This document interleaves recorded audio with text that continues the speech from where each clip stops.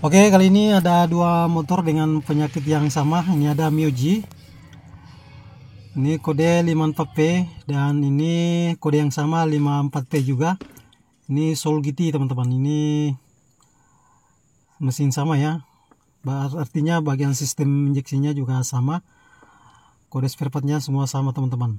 Nah, ini permasalahannya ECU-nya mati.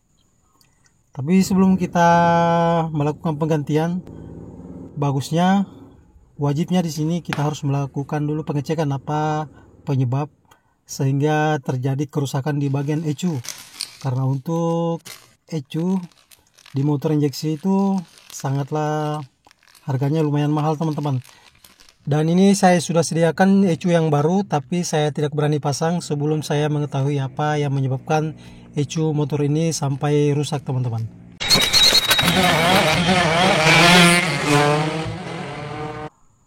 Oke, baik, kita lanjut. Tapi di sini perlu teman-teman ketahui itu semuanya. Di sini kita sama-sama belajar teman-teman. Jadi untuk di motor ini, di bagian kelistrikan ini, di bagian injeksinya ini mati total teman-teman ya. Ini kita coba kontak on.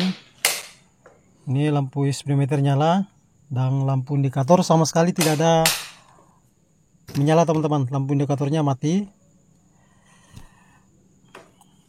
Seperti itu, mati saat kita kontak, tidak ada menyala. Biasanya normalnya nyala kemudian mati. Dan kemudian di tangki saat kita kontak on, tidak ada sama sekali tanda full pump bereaksi atau full pump tidak dengung teman-teman. Oke, kita lakukan pengecekan dulu arus yang masuk ke ini, ke full pump. Ini soketnya kita cabut. Kita cabut seperti ini teman-teman ya, soket yang masuk ke full pump. Ini soket arus dari 12 volt dari kunci kotak dan arus ground dari ECU. Kita akan cek di sini. Cara pengecekannya kita cek arus 12 voltnya dulu yang dari kunci kontak. Ini kita pakai test pen LED ya. Ini wajib kita memakai test pen seperti ini. Caranya kita tempelkan ke ground aki atau kontak besinya aki, kita tempelkan test pennya. Kemudian kita tancapkan test pennya ke soketnya dalam keadaan kunci on atau kunci kita kontak. Kunci kontaknya kita on kan teman-teman. Nah, ini kita tancapkan seperti ini. Nah, ini nyala teman-teman ya, berarti arus 12 voltnya dari kunci kontak standby atau ada teman-teman. Nah, ini kita kontak on, nyala. Berarti arus standby ya, arus standby yang masuk ke full pump ada teman-teman. Nah, kemudian kita lanjut cek yang kabel satunya lagi. Kita akan cek arus ground atau massa dari ECU. Cara pengecekan seperti ini diwajibkan atau dipastikan semua kabel-kabel bagus teman-teman. Dan ini saya pastikan kabelnya sudah normal semua. Saya sudah cek. Jadi tidak ada masalah di bagian perkabelan teman-teman. Jadi di sini kita akan ketahui apakah si ECU ini berfungsi atau tidak. Apakah dia bisa mengirimkan arus ground ke full pump atau tidak. Caranya seperti ini teman-teman. Kita tancapkan test pennya ke kabel positif aki. Test pennya kita tancapkan ke kabel positif aki. Kemudian kita tancapkan ke kabel apa ini, biru garis hitam teman-teman ya. Ini kabelnya sudah tidak agak kental lagi. Yang jelas yang sebelahnya yang tadi ya, yang arus standby-nya, sekarang ini kita cek arus groundnya dari ECU. Caranya seperti ini, kita kontak on. Nah, ini biasanya nyala, test pen-nya nyala kemudian mati teman-teman ya. Nah, ini kita ulang-ulang kita kontak, ini tidak ada reaksi di bagian test pen-nya teman-teman.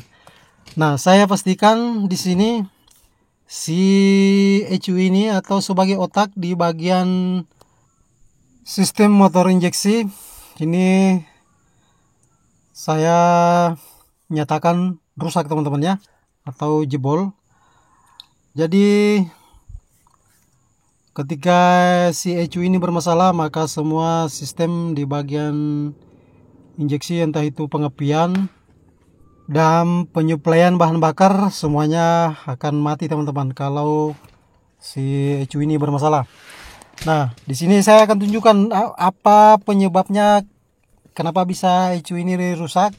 Ini sebenarnya sudah beberapa kali saya temui teman-teman. Makanya di kesempatan kali ini saya bagikan karena ada ini masuk di bengkel 2 bersamaan dengan penyakit yang sama. Dengan masing-masing menggunakan kiprok KW teman-teman ya. Jadi sebagaimana kita ketahui fungsi dari kiprok ini itu sebagai pengstabil atau penyaring arus dari spool untuk menstabilkan arus dari spool kemudian masuk ke komponen kelistrikan lain di bagian motor injeksi seperti masuk di ECU dan komponen lainnya teman-teman. Jadi harus benar-benar stabil arus yang dihasilkan dari kiprok tersebut. Jadi jangan sekali-kali dan jangan coba-coba memakai kiprok yang KW atau kiprok abal-abal teman-teman. Sorry, saya tidak bermaksud menjelekkan kiprok KW, tapi ini pengalaman saya teman-teman yang saya bagikan. Nah, ini saya sudah sediakan ini ECU dan kiprok original punya Myoji dengan kode 54P. Jadi pengalaman saya selama ini teman-teman ya, saya tidak pernah memasang kiprok KW di motor injeksi. Saya tidak berani teman-teman, kecuali yang punya memaksa ya, mau diapa lagi. Dengan catatan kita sudah menjelaskan apa dampaknya, apa efeknya nanti yang akan terjadi kalau sampai kita memasang kiprok yang bukan originalnya teman-teman. Karena untuk menyempurnakan ECU yang sebagai otak di motor injeksi harus didukung oleh si kiprok ini supaya dia bisa berfungsi dengan normal dan bertahan lama dengan dukungan dari kiprok ini teman-teman. Terus terang saya katakan selama ini ketika saya memasang ECU di motor injeksi saya kadang deg-degan teman-teman ya, karena ECU itu rata-rata harganya lumayan mahal teman-teman.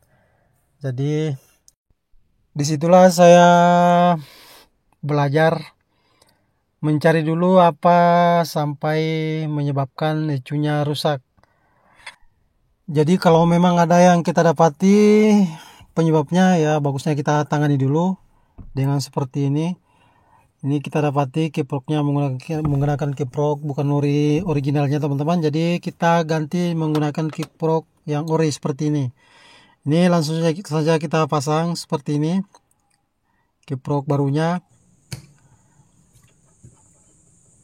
Ini kita pasang teman-teman, kita colokkan seperti ini. Dan ini usahakan ini ground yang menempel ke kiproknya ini terpasang dengan kuat teman-teman. Jadi ini kita kencangkan dengan kuat karena ini sebagai massa.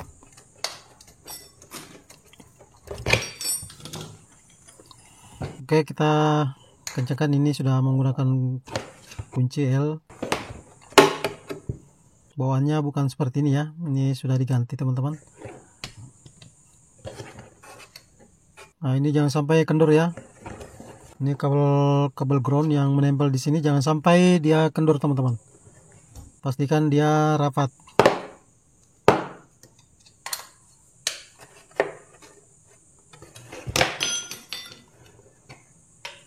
Oke, kita kencangkan lagi. Oke teman-teman.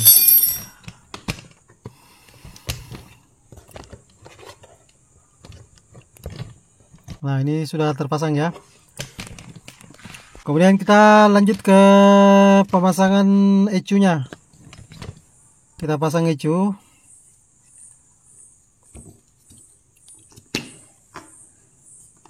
Ini yang ECU-nya yang lama ya, yang rusak. Ini sebenarnya sini ada kode, untuk kodenya di sini ada, tapi ini kayaknya sudah tidak ada, sudah terlepas. Nah, ini untuk yang ori, langsung saja kita buka teman-teman, yang baru.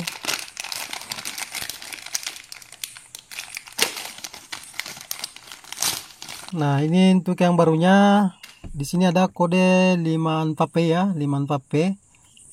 Nah, ini sama masing-masing ori ya. Tapi yang satu sudah rusak. Ini masing-masing ada logo atau gambar Garputala di motor Yamaha. Nah, oke, langsung saja kita colok, tapi kita pastikan dulu kontaknya posisi off ya. Kita off-kan dulu kunci kontaknya. Kita pastikan kunci kontaknya off. Kemudian kita colok masuk, teman-teman. Oke. Ini sudah terpasang. Nah, di sini sebelum kita nyalakan, kita kembali cek ya arus ground yang dari ECU-nya apa sudah ada. Ini caranya kita tancapkan tespennya ke kabel positif aki di sini, teman-teman. Ini kita tancap seperti ini tespennya. Kemudian kita ini tancapkan ke kabel biru garis hitam. Kemudian kita kontak on. Nah, kita kontak. Nah, ini nyala, ini sudah nyala, teman-teman. Jadi arus ground masuk ke menuju full pump sudah ada. Kita coba lagi. Nah, ini hidup, kemudian mati. Jadi seperti itu. Kita kontak on, kemudian lampu tespennya menyala, kemudian mati. Nah, itu artinya arus ground atau massa yang masuk ke full pumpnya sudah ada, teman-teman. Oke, langsung saja kita pasang. Kita colokkan kembali ke full pumpnya.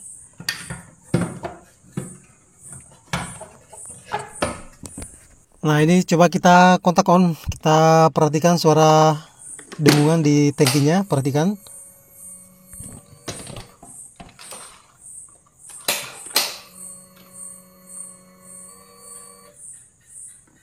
Nah, itu full pumpnya sudah dengung, artinya full pumpnya sudah ada arus yang masuk ke full pump.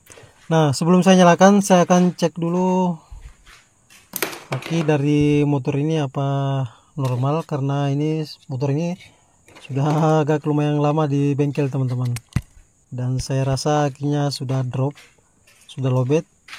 Saya akan cek arusnya dulu. Nah, ini lampu indikator sudah nyala kembali. Kita kontak on, lampu indikator nyala kemudian mati.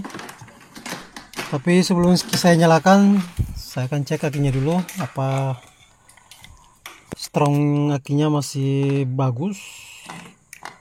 Karena ini sudah lama di bengkel, kita cek dulu berapa volt akinya. Nah, ini kayaknya lowbat, teman-teman, ini 7,6. Kita ganti aki baru dulu. Nah, ini sudah posisi akinya saya sudah ganti. Kita coba cek yang ini, kita cek ulang.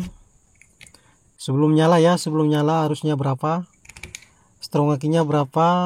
Kita sebelum nyalakan kita lihat dulu berapa tegangan akinya. Nah, di sini menunjukkan di angka 12,1, teman-teman. Ini artinya aki yang kita pasang ini normal. Kemudian kita kontak on ya. Kita bersiap untuk menyalakan. Saya engkol saja, teman-teman.